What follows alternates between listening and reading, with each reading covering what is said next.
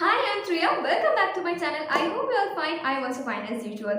Today in this video, I'm going to recommend one of my most favorite books and one of the first novels that I've read at the initial stage of lockdown. It is Selvadurai's Funny Boy. This is actually a gay fiction and a historical fiction as well as a Bildungsroman. A Bildungsroman is a typical novel that portrays the life and mental as well as physical development of a protagonist. And this book talks about the story of the internal conflict and the growth of the protagonist Ariji, who is from a wealthy Tamil family living in Sri Lanka and who has discovered suddenly of his own desires, that how much he's different from the others and his homosexuality. So this book is actually a portrayal, a parallel portrayal of the internal conflict of a homosexual guy as well as the inter-caste conflict between Sinhalese and Tamil that broke out in the period between 1983 to 2009. It was first published in the year 1994. And as being himself a homosexual, Selvadurai had portrayed so craftfully the sufferings and internal conflicts of a homosexual guy in this novel. It is actually divided into six chapters, and all of the chapters are named in a unique way and interestingly. So I'm not going to talk about the whole plot line in detail, but the things that I loved about this book were, first of all, I have read it when the time at the initial stage of lockdown, and at that point of time, most of us used to feel lonely at home and being imprisoned at home, and it was really a pleasure at that point of time that I have discovered something new after reading this novel. And as it was one of my first read novels, and it was my beginning stage of as a reader, I really enjoyed, I loved, because of so many reasons, because of its language, because of its dealing with such unique things as homosexuality and its effect on a particular being who is living in a society that is typically against homosexuality. And also, historically, it is depicting a lot of things that, as I myself believe, that fiction is something that can be the best tool to mirrorize the society, and this novel has done this so craftfully. So for me, it was a very good read, and I would love to recommend this to all of you. If you are a reader who is fond of history and like unique things and different kind of plots, then go for it. I have bought this from Flipkart, and the printed price is 350. I don't know what is the present price because I have bought this 2.5 years ago, and I really enjoyed it. And all of the 6 chapters are also entitled so interestingly. The first one is Pigs Can't Fly. This one is Pigs Can't Fly. This is actually a proverb used by mostly the elderly women and the elders whenever Archie used to ask why he wasn't allowed to wear makeups and wear saris and used to do such things that the girls were allowed to.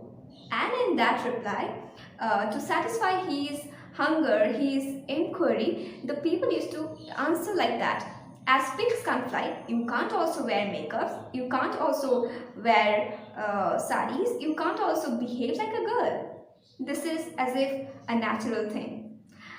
And then the next chapter is Radha Auntie. It is based on the love affair between Radha, who was the aunt of that guy, the protagonist Ariji, and a Sinhalese guy, and it is actually showing how much everything gone against at that time, how much people were against inter-caste marriage at that time, as it was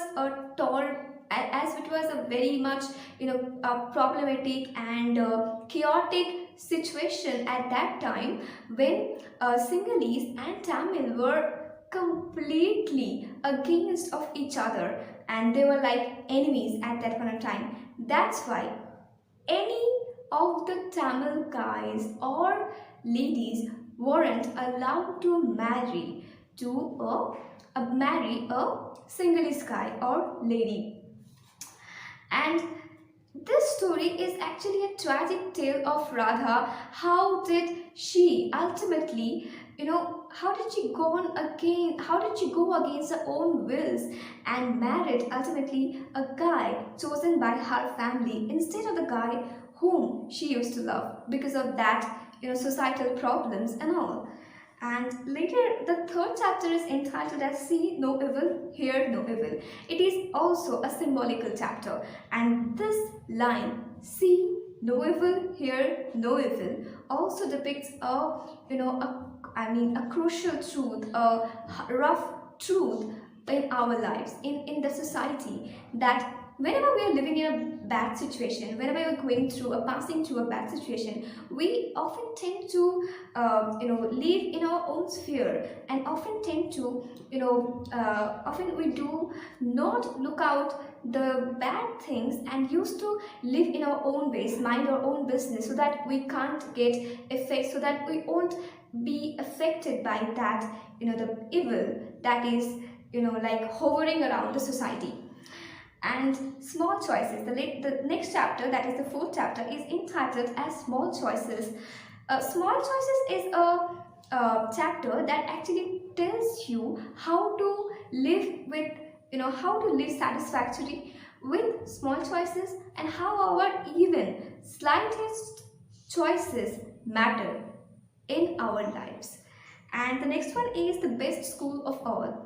It was actually the story of the school-going experience of that character Ariji, that I have already mentioned previously, that it is a Bildungsroman, and it has depicted the life period of Ariji from his age of 6 to 14, and at that time it started from the beginning, like when he was a very young guy. He didn't realize his own being and what was he actually, and he used to get confused about so many things, and he didn't have the clue to so many things, such as the gender divide and the clothing differences at that family and society.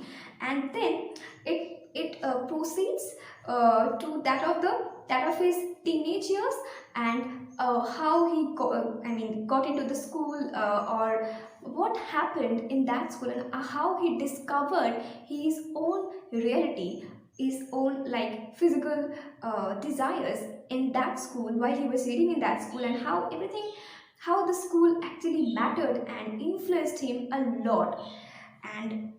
And the last one is Right Journal and Epilogue. Right Journal, that means, as you already have informed, that it is a historical fiction depicting the time period, the turmoil period when the Sinhalese and Sinhalese Tamil conflict broke out, and everyone like every Sinhalese has gone against Tamil, as well as the Tamil gone against the Sinhalese, and they became